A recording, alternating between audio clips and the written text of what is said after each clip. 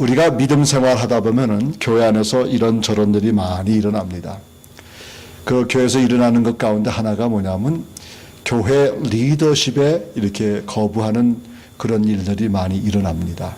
물론 어떤 면에서는 참 부끄러운 일이겠지만은 교회 안에서 이런저런 많은 일을 통해서 성도님들이 이렇게 교회 지도자들에게 이렇게 거부하는 그런 일들이 많게 되고 결국은 어떤 리더를 몰아내는 그런 일들도 수없이 일어나고 있습니다. 근데 그런 걸 보면서 우리는 참 왜 교회가 이렇게 되어야만 되는가 이런 생각을 적지 않게 많이 이야기들 하고 있습니다. 그러나 그게 현실이에요. 그 현실인데 그 현실 속에서 저와 여러분들이 항상 주의 말씀을 보는 가운데 우리가 이 땅에 사는 동안에는 실질적으로 이런저런 많은 일들이 있는 가운데 이게 없어지지 않고 늘 우리 삶 가운데 한 부분으로 남아 있습니다. 그러면은 지난번에 제가 말씀한 것과 같이 뭘 얘기를 하냐면 교회에 분란이거나 교회에 문제가 있을 때 믿는 사람인 저와 여러분들이 어떤 자세를 취해야 되느냐, 교회를 옮겨 다니느냐 아니면 다른 교회로 전근해가느냐, 그런 게 아니라 교회에 문제가 생기고 어려움이 생기고 곤란한 일이 생긴다고 그러면 우리 모두는 다 주님의 존전에 나와서 엎드려 기도하며 하나님께서 과연 우리 삶 속에서 무엇을 어떻게 하셔야 될지를 우리가 기도하면서 그걸 풀어나가야 돼요. 이게 믿는 사람들의 가장 기본적인 그런 생활 습관이라는 거예요. 이게 믿음의 생활이에요. 믿음이 있는 사람들은 어려운 문제에 봉착했을 때에 사람의 방법을 찾는 게 아니라 하나님 앞에 엎드려서 하나님께서 우리의 인생을 어떻게 하실 것인지를 낱낱이 보고 기도하면서 하나님이 풀어주시는 대로 우리가 일을 해야 될 줄 저는 믿습니다. 구약에 보면은 여러 가지 많은 기적의 사건들이 많이 일어나는데 그 중에 하나가 뭐냐면 이 아론의 쌍난 지팡이라는 게 있어요. 이게 민수기 16장에 보면 그게 나오는데 이 아론의 쌍난 지팡이가 나게 된 거 하나님께서 아론의 쌍난 지팡이를 하게 만들게 기적을 베풀게 하신 그 근본적인 이유가 있는데 그 이유가 바로 여기서 나오는 민수기 16장에 나오는 대로 레위의 증손 고핫의 손자 이스라엘의 아들 고라라는 사람하고 다단이라는 사람하고 그 다음에 온이라는 사람이 당을 지어가지고 모세와 아론에게 대적하고 거부하는 그들의 리더십을 거부하는 그런 일이 성경에 나옵니다. 그래서 이제 하나님께서 이들을 이제 치리하시기 전에 하나님께서 분명히 모세와 아론을 이스라엘 백성 앞에서 내세우고 그들을 애굽에서 이끌어낼 뿐만 아니라 광야에서도 지도하게 하시고 인도하게 하시고 이제 가나안 땅까지 이끌고 갈 수 있도록 그렇게 만드신 그 하나님의 그 놀라우신 섭리와 은혜인데 지금 이 세 사람이 당을 지어서 그 자손들과 함께 모세에게 와서 뭐라고 그러냐면 아론에게나 모세나 아론에 너희들에게 누가 이런 리더십을 주었느냐, 그리고 누가 너희들을 이렇게 통해서 우리에게 리더가 되게 이렇게 됐느냐 이런 이야기를 하는 겁니다. 그래서 민수기 16장 32절에 뭐라고 얘기했냐면 여호와께서 모세와 아론에게 일러 가로사대 너희는 이 회중에게서 떠나라 내가 순식간에 그들을 멸하려 하노라 이런 말을 했어요. 그러니까 이제 그 이스라엘 민족이 이런 말씀을 이제 이런 이 모세와 아론에게 대적하고 거부하는 그런 일이 있었을 때에 이 모세는 이런 일을 듣고서 하나님 앞에 엎드렸습니다.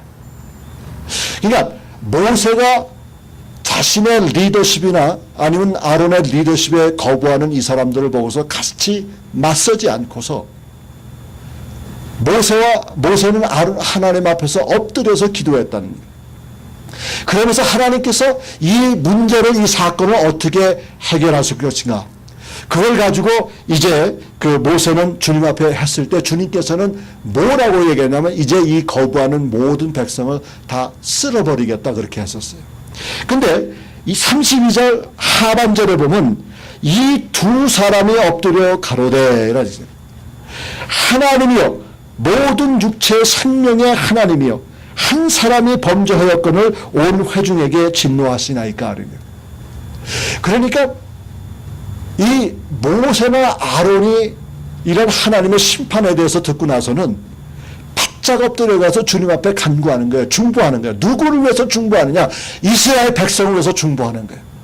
이스라엘 백성이 거부하고 이스라엘 백성이 정말 모세와 아론에 대해서 이렇게 대드는데도 불구하고 이 사람들은 그들과 맞서지 않고서 하나님 앞에 기도하는데 하나님께서 모세의 말을 들어서 이제 이스라엘 민족이 거부하는 백성들을 다 쓸어버리시겠다고 이렇게 말씀하셨을 때 모세와 아론은 하나님 앞에 엎드렸습니다.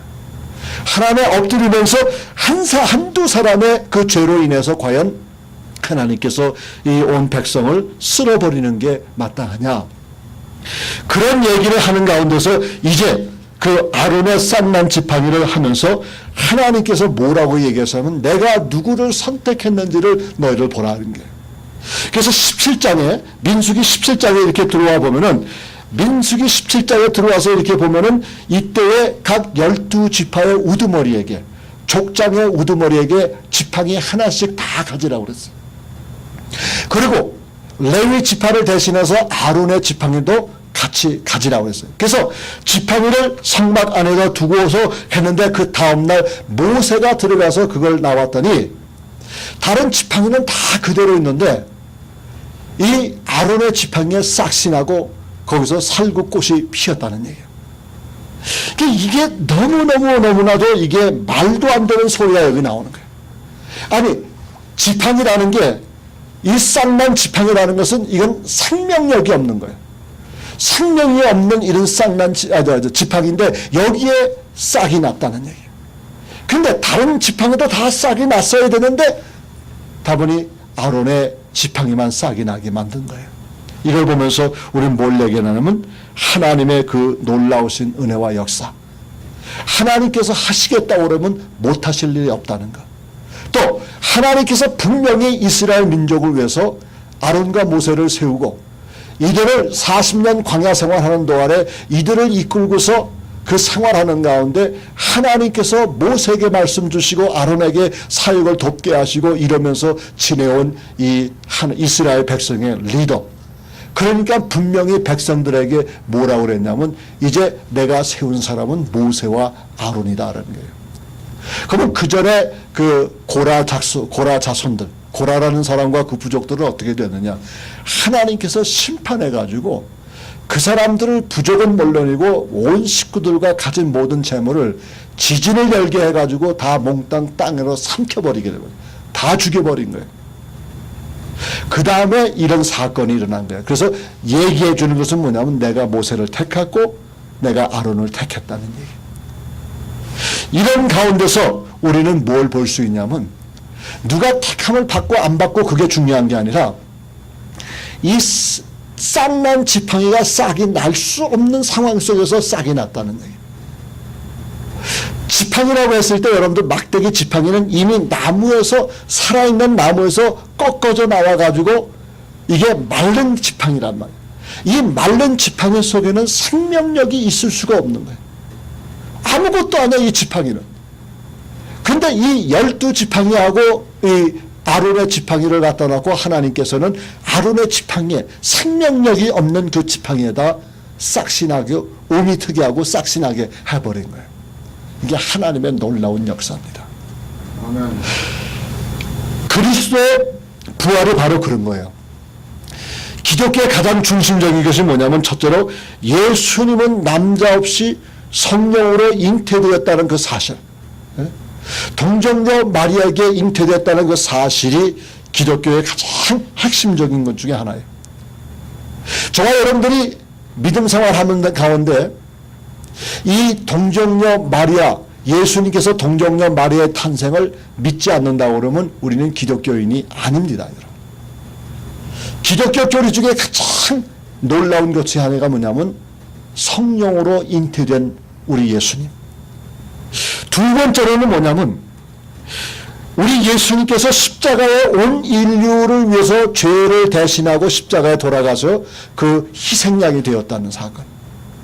예수님 자신은 죄가 없어도 하나도 없으신 분이에요.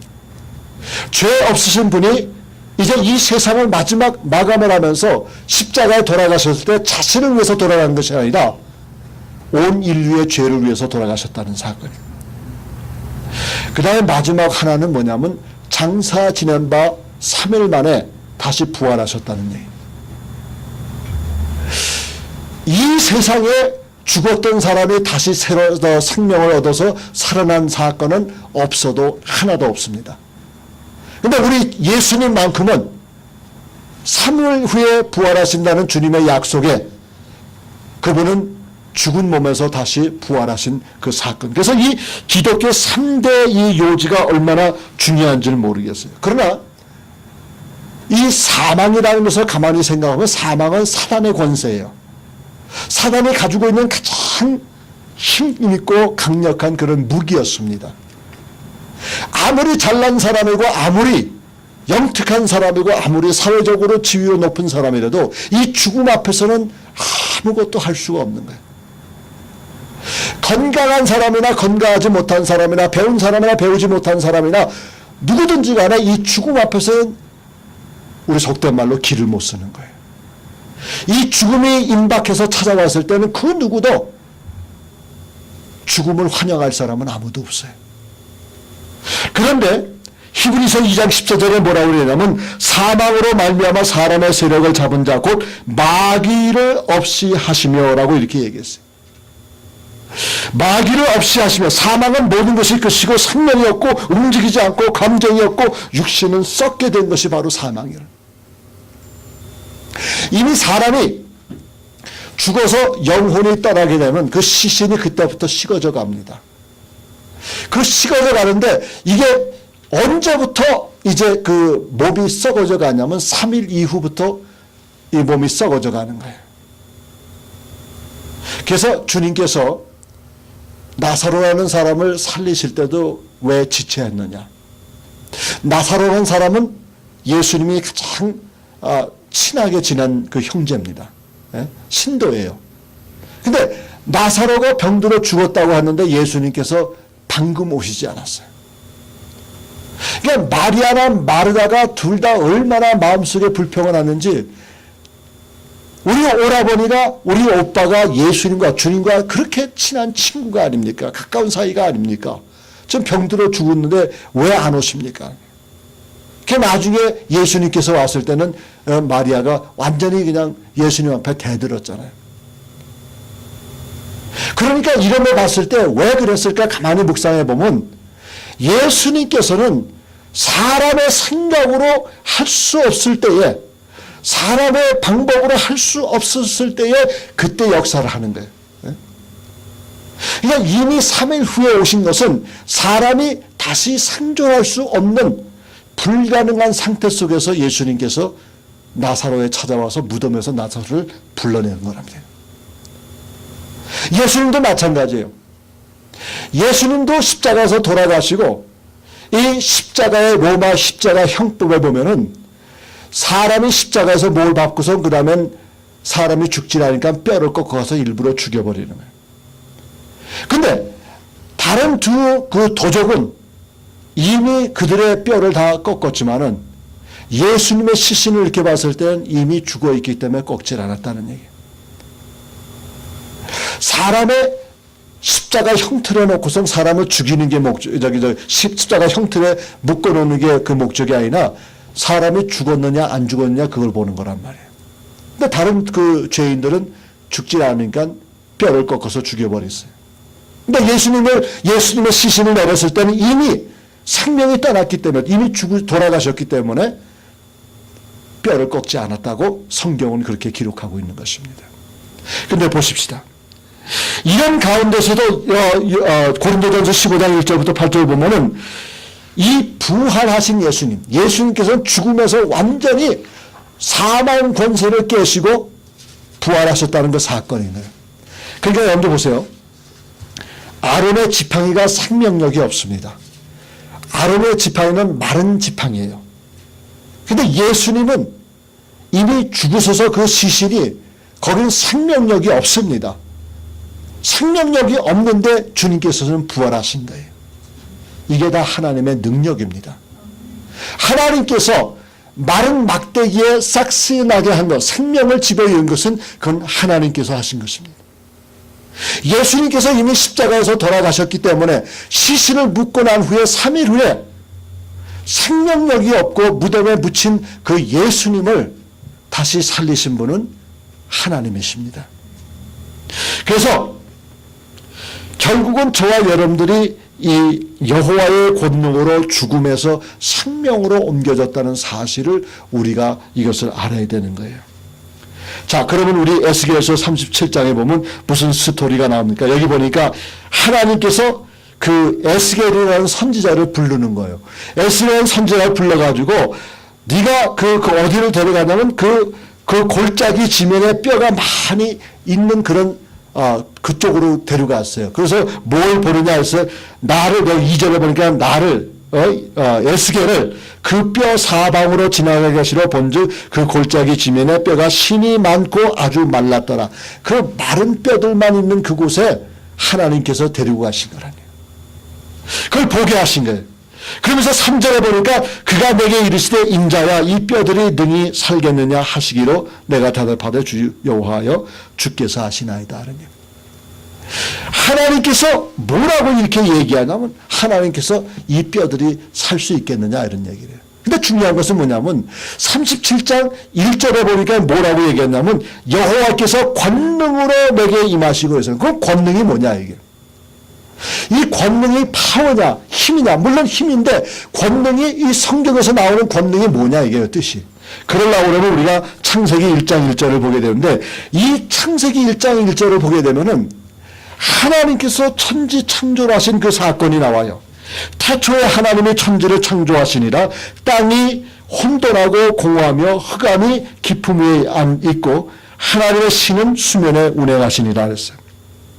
그래서 첫째 날은 하나님께서 빛을 창조하시고 둘째 날은 궁창을 창조하시고 셋째 날은 땅을 창조하시고 넷째 날은 해와 달과 별을 창조하시고 다섯째 날은 물과 생물을 창조하시고 여섯째 날에 사람을 창조하셨는데 놀라운 사건은 뭔지 아십니까? 여호와께서 가라사대. 여호와께서 가라사대. 하나님께서는 이 세상 천지 만물을 창조하셨을 때 말씀으로 창조하셨다는 얘기예요.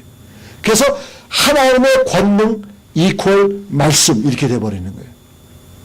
하나님의 말씀에 파워가 있고 하나님의 말씀이 능력이 있고 하나님의 말씀이 모든 것으로 인해서 결국은 그 능력이 말씀으로 나타난 거예요. 제 아무리 우리가 많이 이 얘기를 하려고 해도 보세요. 우리가 성경을 봤을 때에 성경을 보는 그 각도가 그 눈이 이 세상의 방법이나 세상의 그런 것으로 볼 수가 없는 거예요. 왜냐하면 하나님의 사건은 우리는 신앙적으로 봐야 되는 거예요. 신앙의 눈으로 봐야만 이 하나님의 역사를 우리가 알 수가 있는 것입니다. 아멘. 그러니까 보세요. 하나님께서는 말씀으로 천지 창조를 하시고 말씀으로 모든 하나님의 권능을 내세웠기 때문에 말씀은 권능이고 권능이면 말씀이다 이런 얘기예요. 다시 에스겔서 37장에 보면 뭐라고 그랬냐면 여호와께서 권능으로 내게 임하시고 여기서 권능으로 말씀으로 누구에게 임했습니까? 에스겔에게 임했다는 얘기예요. 그러면서 그 신으로 나를 데리고 가서 골짜기 가운데 두셨는데 거기에 뼈가 가득하더라 그랬어요. 여기서 하나님의 권능은 말씀이고 그 말씀으로 임하셨기 때문에 하나님께서 권능을 펼치셨다. 그러면 여기서 신이 나오는데 그 신은 뭐냐 했을 때 여기 신이라는 것은 원래 Holy Spirit, 그 Spirit of God이라고 이렇게 얘기하는데 여기 문맥상으로 봤을 때는 이 여기서 봤을 때 우리가 이 신으로 인해서 이끌려서 이 마른 뼈가 있는 곳에 갔다 했기 때문에 이것은 다시 말해서 기도를 얘기하는 거예요. 우리가 기도가 있을 때 하나님께서 우리를 마른 뼈들 있는 곳으로 인도하신다는 얘기입니다. 다시 말해서 말씀과 기도가 있을 때에 하나님께서는 그 영으로 말미암아 우리들을 마른 뼈가 많은 곳으로 인도한다고 이렇게 성경은 말씀하고 계시는 거예요. 그러니까 기도하는 사람은 말씀을 보는 사람은 하나님의 인도하심을 받는다. 그런 얘기예요. 아멘. 그러니까 하나님의 능력과 하나님의 신이 임한다는 얘기는 하나님의 말씀과 하나님의 기도하는 우리가 기도를 통해서 우리는 하나님의 인도하심을 받는다는 얘기. 자, 그러면은 우리가 인생을 살아가면서 이런저런 모양에서 저희가 살아가는 가운데 우리가 어떻게 하면 하나님의 인도함을 받을 수가 있을까? 이랬을 때 저와 여러분 생각하는 것은 하나님의 말씀과 기도 생활이다. 하나님의 말씀과 기도 생활이 있었을 때 우리는 하나님의 인도하심을 받게 되는 것이에요. 여러분들 정말 잘 생각해야 될 것은 뭐냐면 말씀과 기도가 있었을 때에 하나님께서 내게 주신 그 사명이 무엇인지를 알 수가 있는 것입니다. 현대 기독교인들에게 문제가 있는 것은 뭔지 아십니까? 현대 기독교인들에게 문제가 있는 것은 내 삶의 사명이 무엇인지를 모르고 사는 거예요. 다시 말하면 내가 왜 이 땅에 사는지 사는 목적을 모르고 사는 거예요. 많은 사람들이 이제 장성해서 좋은 학교 나오고 시집장가 가서 가정을 꾸밉니다. 가정을 꾸민 다음에 자녀를 낳습니다. 그러면 그 당시에 자녀들을 봤을 때 이 자녀들을 위해서 산다고들 그렇게 얘기합니다. 자녀들이 성장을 합니다. 자녀들이 성장을 하면 그 다음에는 결국 내가 내 인생을 이렇게 고생스럽게 힘들게 살아왔기 때문에 남은 여생을 즐겁게 살아야 되겠다 이런 생각을 하는 거예요. 그건 잘못된 생각입니다. 만약에 내 인생이 먹고 자고 그 다음에 즐기고 쉬고 하는 것이 인생의 목적이라고 그러면 저와 여러분들은 인생을 헛되게 사는 거예요. 마지막 그 순간까지 저와 여러분들은 하나님께서 우리 각자에게 허락하신 그 사명이 뭔지를 알아야 되는 겁니다. 마른 뼈가 많은 곳에 정말 은혜로운 곳이다라는 얘기예요. 여러분들 보세요. 교회가 성스러운 곳인데 성스럽지 못해요. 네? 다시 말할게요. 교회가 좋은 곳인데 교회가 좋지 못합니다. 이 말이 무슨 말이냐면 원래 예수 그리스도를 믿는 사람들이 한 곳에 모여가지고 정말 주님을 예배하고 찬양하고 이런 모습이 교회인데 교회에 그런 모습이 없는 거예요. 그래서 늘 말씀드린 대로 교회는 병원과 같다는 얘기를 하는 거예요. 왜 병원과 같을까? 병원에 누가 많겠습니까? 의사나 간호사가 많겠습니까? 아니면 병자가 많겠습니까? 병자가 많죠. 교회도 마찬가지예요. 내가 예수를 믿고 교회를 나오든지 아니면 교회를 나오다 예수를 믿든지 어느 케이스가 아닌지 간에 이 교회라는 것은 말씀으로 예배 중에서 기도함으로 주님 앞에 찬양 드리면서 내 영혼이 고침을 받는 것이 바로 이 교회라는 얘기예요. 그렇기 때문에 교회는 영적 병원인 것입니다. 이게 나쁜 의미가 아니에요. 사람이 예수를 모르고 친구 따라 교회 나왔어도 그 매주 들려주는 말씀과 기도와 찬양과 예배 속에서 그 사람은 살아계신 하나님을 찾게 되고 만나게 되는 것입니다. 하지만 내가 10년, 20년, 30년, 40년을 교회 다녀도 하나님을 만나지 못하는 사람이 있는데 하나님을 만나지 못하는 그런 사람들은 그 마음속에 열린 마음이 없는 거예요. 마른 뼈가 많은 교회가 은혜로운 곳이다 그랬어요. 은혜가 없는 교회는 말씀을 듣지 못하는 교회는 세상 생각으로 꽉 차 있는 교회는 하나님보다 사람을 더 인정하는 교회는 의리의 사나이. 이 의리의 사나이는 뭐냐면 믿음과 하나님 앞에 대한 태도는 별 문제인데 자기 의에 인간의 의에 정의의 의리의 사나이들이 그 교회에 많다는 얘기입니다. 그럼 항상 불리한 쪽을 돕고 약한 쪽을 돕고 이런 사람을 갖다 의리의 사나이인데 이런 의리의 사나이도 예수 믿고 거듭나야 된다는 말씀입니다. 네? 그러니까 여러분 생각을 해보세요. 교회 안에서 내가 어렵고 소수를 돕는 게 중요한 게 아니라 무엇이 하나님의 뜻이고 무엇이 하나님의 방법인지 그거를 보고 따라가야 되는 거예요. 그게 몇 사람 안 되고 소수의 무리가 그런 길을 간다고 그러면 나도 그 길이 힘들고 어렵지만 그 길을 택하고 가야 되는 것이 그 길이 바로 정도의 길이기 때문에 우리는 믿음 가운데서 정도의 생활을. 그래서 교회가 갈급해야 되는 것은 뭐냐면 교회가 말씀으로 갈급해야 되는 거예요. 말씀으로 갈급하는 심령들이 이런 교회에 모여야 그 교회가 부흥을 하는 거예요.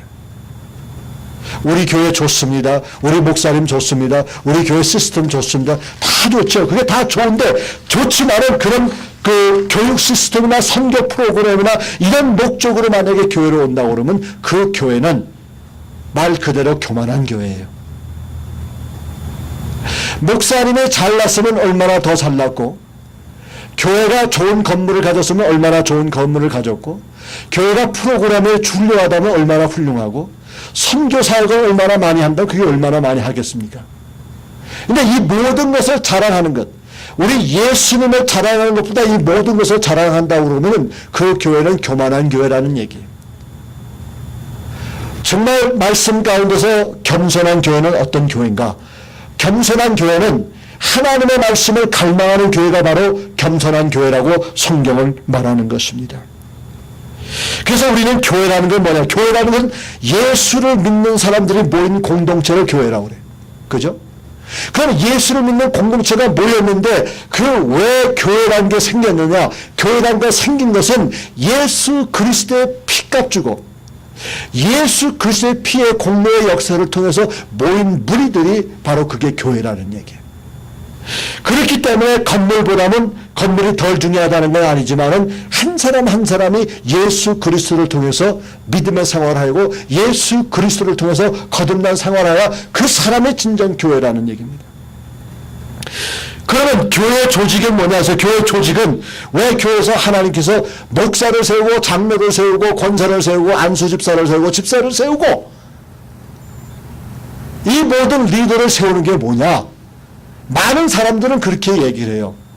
장로를 세울 때 장로는 교인에 대표하는 사람이다. 절대 성경에 그렇게 되어 있지 않아요. 교인들을 대표한다고 하기 때문에 뭐 당회에 이렇게 우리는 당회가 없지만은 당회에 모여가지고 장로 한 사람 한 사람이 나는 교회 25명, 30명, 50명을 대표하는 사람으로서 내가 그 주장을 하고 우리 사람들 이게 민주주의적인 것 같지만 실제적으로 성경에서 나타난 그 장로관은 그건 절대 그렇지 않습니다. 분명히 장로의 그 직분은 교회 담임 목사를 협력해서 교회를 아름답게 세우는 것입니다. 그런데 결국은 우리가 이 세상에서 주님의 몸된 교회를 잘 돌보기 위해서 하나님께서는 어떤 사람에게는 장로를 주시고 권사를 주시고 안수집사를 주시고 집사를 주시고 그래서 일을 하게 하는 거예요. 왜냐하면 성경에 그렇게 써 있으니까. 에베소서 4장 11절 12절에 뭐라 하냐면 그가 혹은 사도로 혹은 선지자로 혹은 복음 전하는 자로 혹은 목사와 교사로 주셨으니 왜 하나님께서 이 사람들을 교회에다 주셨느냐 이게. 그 얘기는 이는 성도를 온전케 하며 봉사일을 하게 하며 그리스도의 몸을 세우려 하심이라 그랬어요. 아멘. 하나님께서 목사를 세운 이유, 담임자를 세운 이유 중에 하나가 뭐냐면 그 성도를 훈련시켜서 온전하게 만들고 섬기게 만들고 그리스도의 몸을 세우기 위해서 그 직분을 허락하신 것입니다. 늘 이야기하지만은 우리가 이 세상에서 가지고 있는 이 직분은 천상에 가면은 천국에 가면은 아무런 소용이 없어요. 그러나 이 세상에 있는 사람들 가운데서는 이런 직분이 마치 어떤 세상의 높고 낮음의 직분처럼 생각하기 때문에 이게 문제가 되어버리는 것입니다. 교회의 주인은 누구십니까? 목사님이시죠? 장로님입니까? 교회의 주인은 분명히 예수님이세요. 예수님이 이 교회의 주인이시고 저는 이 교회 부목사예요. 그리고 여러분들은 다 수종자들이에요. 누구 수종자? 예수님의 수종자들. 이것이 성경의 진리일진데 우리가 이거를 알지 못하면 우리의 생각 속에 말씀과 기도가 없다 보니까 결국은 세상적으로만 생각해버리는 거예요. 그래서 마치 새해마다 직분자를 세울 때마다 이게 선거운동이 교회 안에서 벌어지는 거예요. 이건 절대 성경적이 아닙니다, 여러분.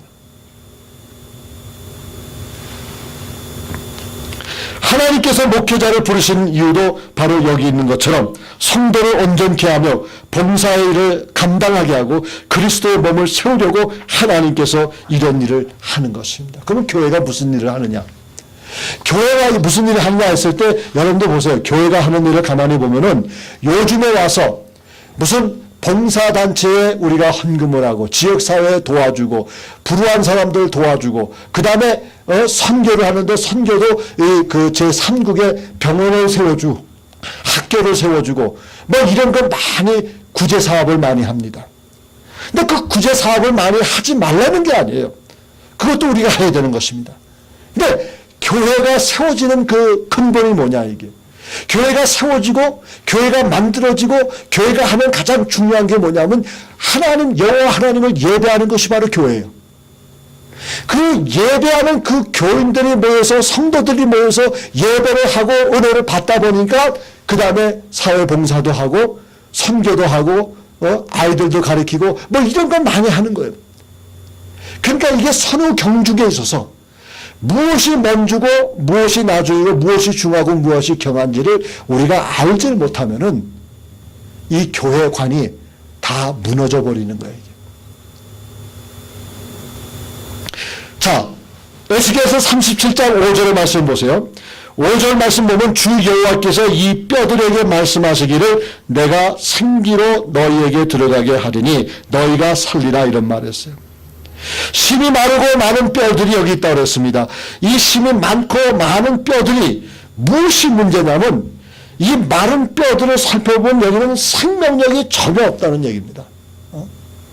근데 생명력이 전혀 없는 곳에서 하나님께서 생명을 불어넣으시겠다는 얘기예요.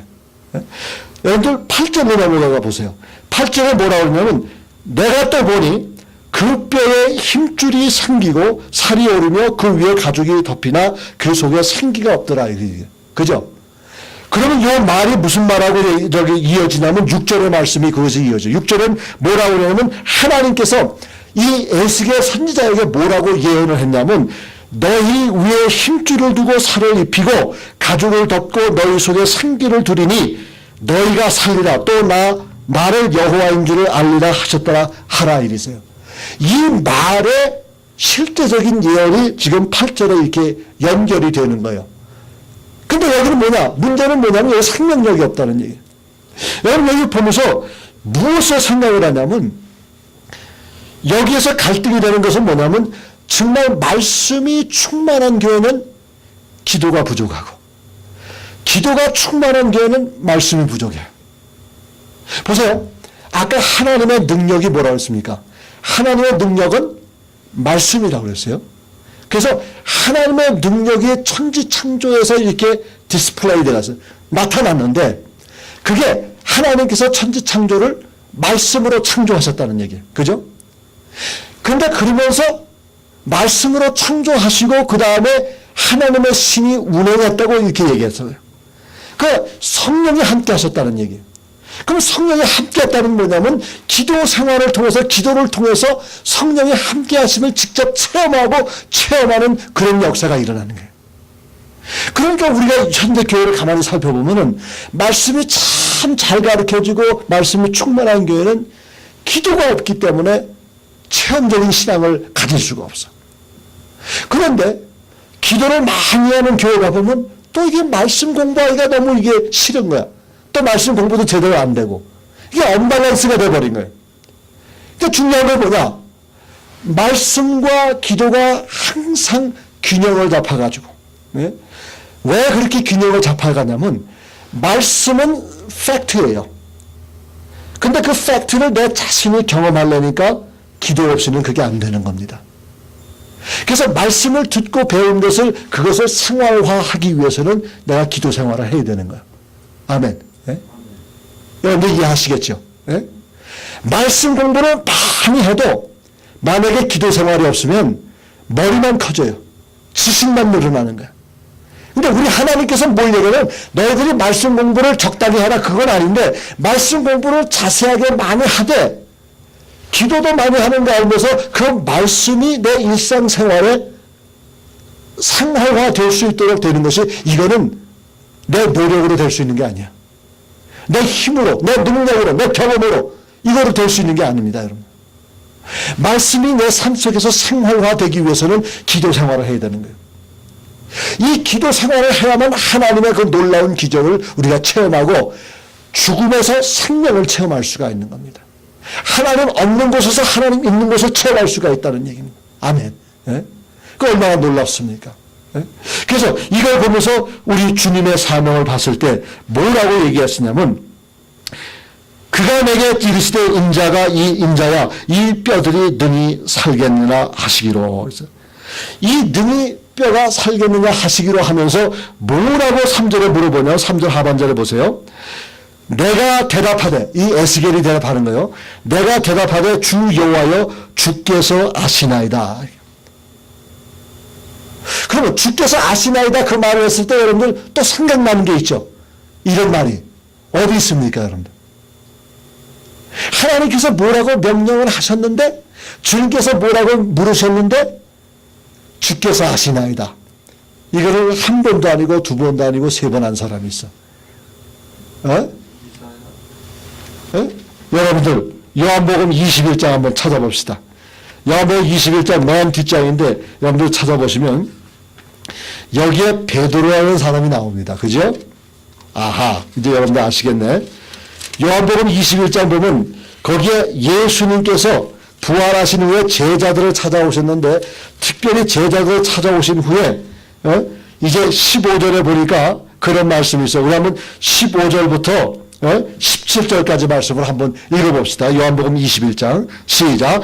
저희가 조반 먹은 후에 예수께서 시몬 베드로에게 이르시되 요한의 아들 시몬아 내가 이 사람들보다 나를 더 사랑하느냐 하시기 가로되 주여 그러하려다 내가 주를 사랑하는 줄을 주께서 아시나이다. 가라사대 내 양을 먹이라 하시고, 또 두 번째 가라사대 요한의 아들 시몬아 내가 나를 사랑하느냐 하시기로 가로되 주여 그러하오이다. 내가 주를 사랑하는 줄을 주께서 아시나이다. 가라사대 내 양을 치라 하시고, 세 번째 가라사대 요한의 아들 시몬아 내가 나를 사랑하느냐 하시기로 주께서 세 번째 내가 나를 사랑하느냐 하심으로 베드로가 근심하여 가로되 주여 모든 것을 아시오매 내가 주를 사랑한 줄을 주께서 아시나이다.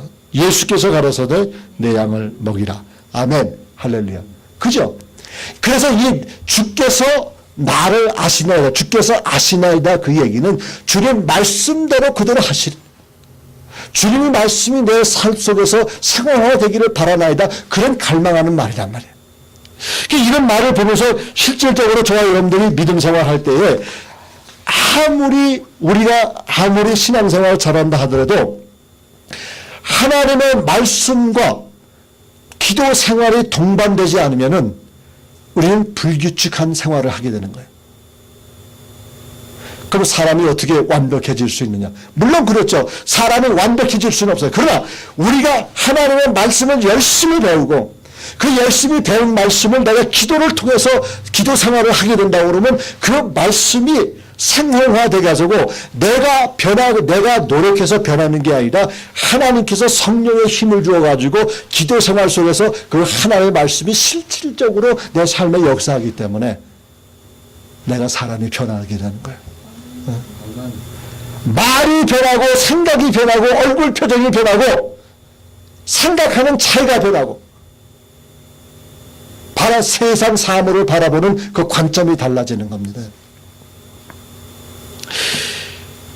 그러면서 이제 에스겔 선지자에게 하나님께서 뭐라고 얘기하냐면 7절 한번 보세요. 다시 한번 7절에 보니까 이에 내가 명을 조차 대언하니 이랬어요. 이에 내가 명을 조차 대언해. 내가라는 건 뭐냐면 에스겔이 하나님의 명령에서 대언했다는 얘기. 다시 말했더니. 자, 그러면은 우리가 이렇게 보았을 때에 이제 내가 명을 조차 대언하니 할 때에 하나님께서 능력을 발할 터인데 너는 가만히 내 뜻을 보고 따라가라 그런 얘기예요. 그러니까 여러분들 보세요. 하나님께서 말씀을 주셨을 때에 그 말씀을 내가 듣고서 주님의 말씀을 따라가고자 하는 것이 나의 의지와 결단이 아니라는 얘기예요. 만약에 그것이 나의 결단과 의지로 된다고 그러면 작심 3일, 3일도 못 가서 그 결심을 깨져버리는 거예요. 그러나 말씀을 열심히 공부하고 기도 생활하게 되면 어떻게 됩니까? 성령님께서 도와주셔서 내가 파워가 생기고 능력이 생기고 살아계신 그 하나님 말씀을 내가 실질적으로 내 생활 속에서 어플라이 할 때에 부족함이 없이 되는 거예요. 내가 나 됨이 그리스도 예수의 은혜로 된 것이라. 주님이 함께 하셔야지만 내가 생활이 변하고 주님이 함께 하셔야지만 내가 입을 열었을 때 그 말에 힘이 실려가는 겁니다. 그러면 사람들이 나를 업신여기지 못하고 아무리 자기 생각하고 틀려도 그 말을 듣는 거예요. 왜 우리 말이 힘이 없는 줄 아십니까? 우리가 예수를 믿는다고 하면서 실질적으로 예수 믿는 사람답게 살지 못하기 때문에 그래요. 많은 사람은 그렇게 생각을 해요. 이제 말씀을 제자 훈련을 하고 난 말씀 공부를 하고 성경 공부를 하고 매주마다 하나님 말씀을 이렇게 전해 듣고 그런 가운데서 내 신앙이 바뀐다. 그게 아니란 말이야. 말씀을 충족히 공부하는 반면에 계속해서 뭡니까? 기도 생활이 동반되어야 되는 거예요. 그 말씀과 기도 생활이 함께 동반되었을 때에 실질적으로 저와 여러분들은 변화된 삶을 사는 거예요. 그럼 누가 남이 나를 업신여겨도 웃으며 넘길 수가 있고 누가 나에게 침을 뱉어도 욕을 해도 심지어는 운전할 때 누가 이렇게 칼인해도 내 마음이 풍족하게 되는 것은 결국은 성령의 놀라우신 능력 때문에 그런 거예요. 아멘. 하나님께서 사람들을 불렀을 때 뭐라고 얘기하면 너는 내 부름에 응답만 하라는 얘기야. 그 뒤에 있는 일을 다 책임져 주겠다는 얘기. 예레미야 1장 보세요. 예레미야서 1장 보면은 하나님께서 예레미야를 불렀을 때도 똑같은 방법으로 불렀어요. 뭐라고 하냐면 하나님께서 예레미야를 불렀을 때 예레미야가 뭐라고 그러는 줄 아세요? 여러분들 보세요. 예레미야 1장 4절에 뭐라고 했냐면 여호와의 말씀이 내게 임하니라 이르시되 내가 너를 복중에 짓기 전에 너를 알았고 내가 태에서 나오기 전에 너를 구별하였고 너를 열방의 선지자로 세웠노라 하시기로 했어요. 이미 하나님께서는 예레미야라는 선지자가 그 엄마의 뱃속에 있을 때보다 이미 정하시고 책정하시고 그 사람을 통해서 이제 하나님의 놀라운 역사를 하시겠다고 그렇게 말씀하신 거예요. 근데 예레미야 대답이 어떻습니까? 6절에 내가 가로되 슬프도 소리라 주 여호와여 보소서 나는 아이라 말할 줄을 알지 못하나이다 이렇게 했잖아요. 네?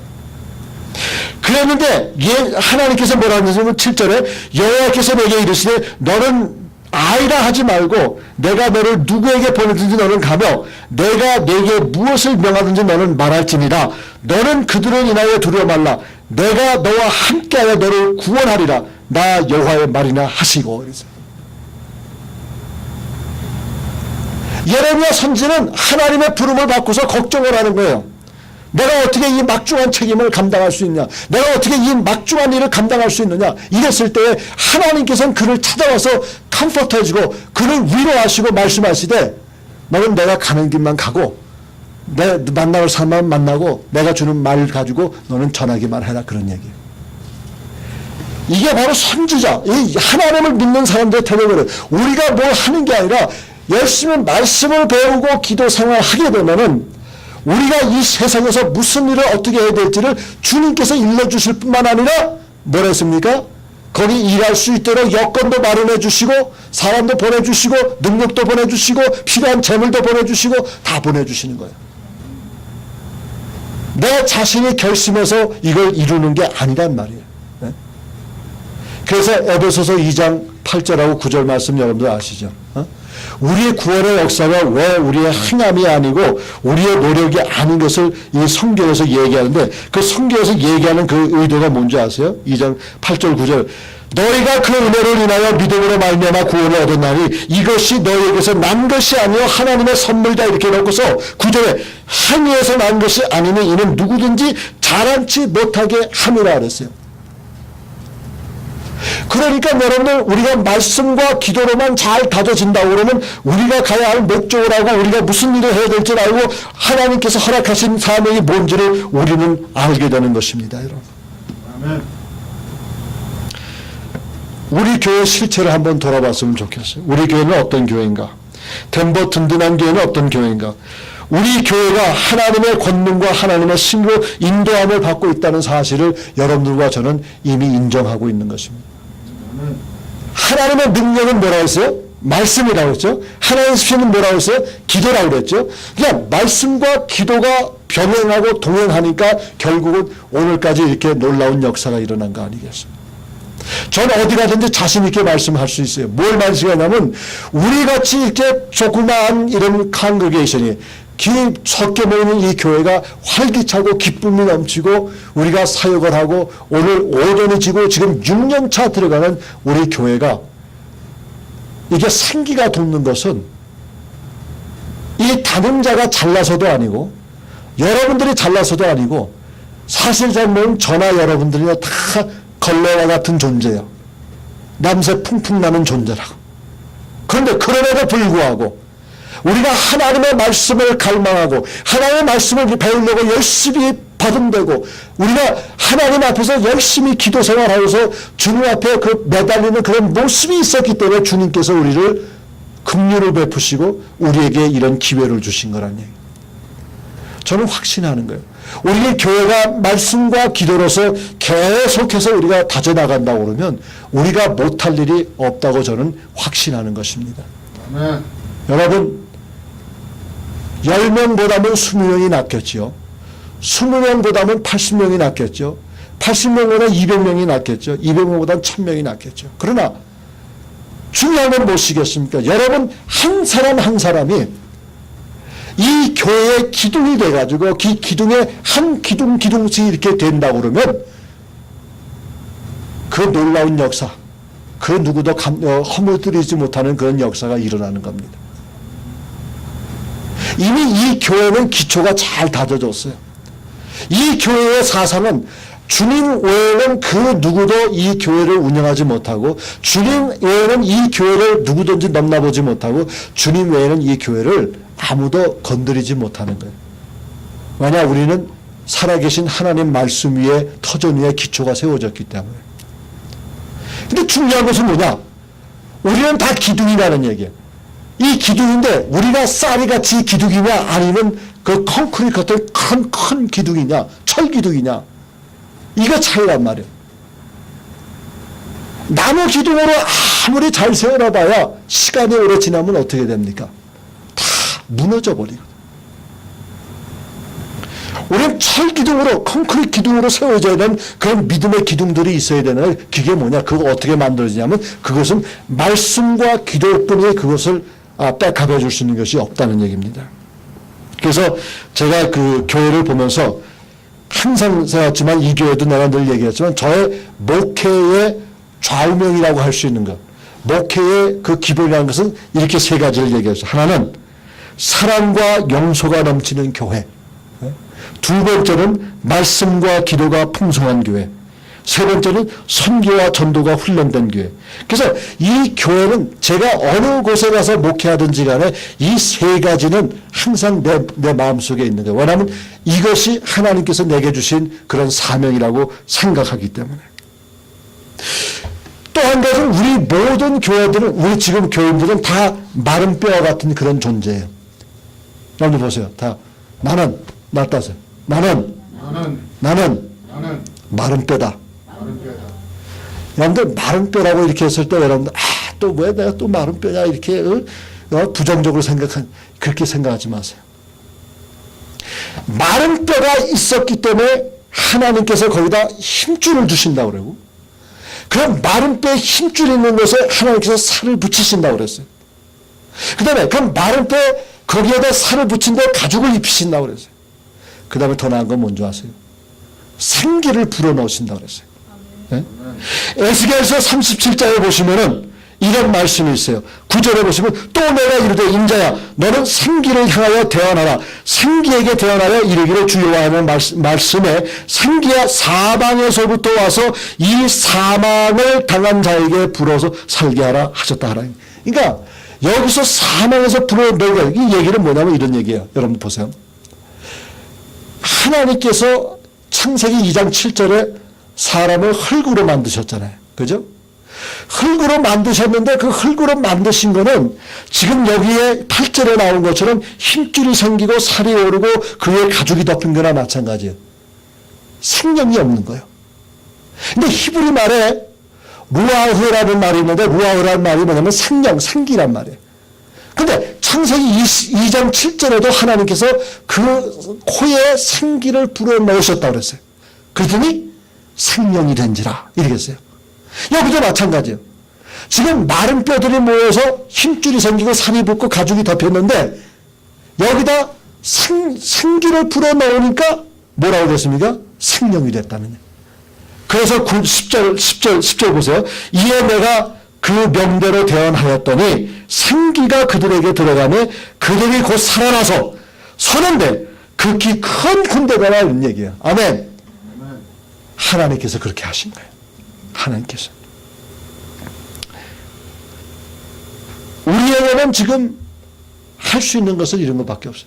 말씀을 선포하는 것밖에 없어요. 기도를 선포하는 것밖에 없습니다. 전도를 선포하는 것밖에 없어요. 우리가 주의 성수하자고 선포하는 것밖에 없어요. 일조 전남을 위해서 선포하는 것밖에 없어요. 사랑을 선포하고 섬김을 선포하고 복을 선포하고 평강을 선포하고 오래 참음을 선포하고 겸손을 선포하고 하나님을 선포하고 예수님을 선포하고 성령을 선포했을 때에 우리는 말씀의 대언자가 되는 것입니다. 네? 말씀의 대언자가 된다는 것은 이거는 내가 되고 싶어서 하는 게 아니라 하나님의 컬링에 응답하는 자들만 그런 자격이 있고 그렇게 하나님께서는 사용하신다는 얘기입니다. 그래서 우리가 말씀하고 기도를 잘 병행해서 또 합동해서 잘 균형을 맞춰서 살아간다고 그러면 하나님께서 기회 주시죠. 그 다음에 기회 주었을 때 우리 말할 때 말 주시죠. 그 말에 힘 주시죠. 여러분들 보세요. 내가 말을 잘한다고 해서 상대방을 그 말로 변화시킬 수 있다고 생각하지 마세요. 그건 잘못된 생각이에요. 그러나 내가 하나님을 전적으로 의지하면서 살아갔을 때에 말씀과 이 기도가 풍성한 사람들은 결국은 하나님께서 힘을 실어주셔가지고 단 한마디 한 문장을 구사해도 이게 엄청난 파워가 생기는 겁니다. 이러면 우리에게는 소망이 있는 거예요. 우리에게는 희망이 있는 겁니다. 그냥 무조건 좋다 이게 아니라 무조건 잘 된다 이게 아니고 무조건 교회 나오면 복 받는다 11조 되면 복 받는다. 물론 복은 받아요. 그러나 그거는 세상 사람이나 믿음이 적은 사람들이 얘기하는 거고 정말 진지하게 주님을 살아가고 주님의 그 믿음 안에서 살려고 하는 그런 진실성이나 진지함이 있는 사람들은 어떤 사람인 줄 아세요? 인생을 보고 심각하게 생각하는 사람들이에요. 근데 진지하게 주님을 의지하고 살아가는 사람들에게는 하나님께서 그 인생을 책임져 주시는 겁니다. 그러니까 우리는 말씀 배우는 일하고 기도하는 일을 더욱더 열심히 하게 되면은 우리에게 하나님께서 사명 주시죠. 할 일 주시죠. 할 일 할 때쯤 돼서는 주님께서 사람 보내주시죠. 재물 보내주시죠. 여건 허락하시죠. 그럼 누가 다 하시는 겁니까? 우리 하나님께서 다 하시는 거예요. 우리는 그저 거기서 이제 옛날 말로 얘기하면 사환, 종들이야 우리는. 하나님의 사환들, 하나님의 종들이기 때문에 주인 대신 우리 하나님께서 주님께서 우리에게 명령하시면 그 명령대로 순종하고 따라가게 되면 많은 열매가 열리고 그 열매를 통해서 주님 영광 받으시고 저와 여러분은 그 주님이 내리신 은혜 속에서 풍족한 삶을 살 수가 있다는 말씀이에요. 단 한순간을 살아도 주와 떨어져 나가는 생활하지 않도록 이번 한 주간도 하나님 앞에 간절히 기도하는 저와 여러분 되길 주의 이름으로 축원합니다. 아멘. 기도하십시오.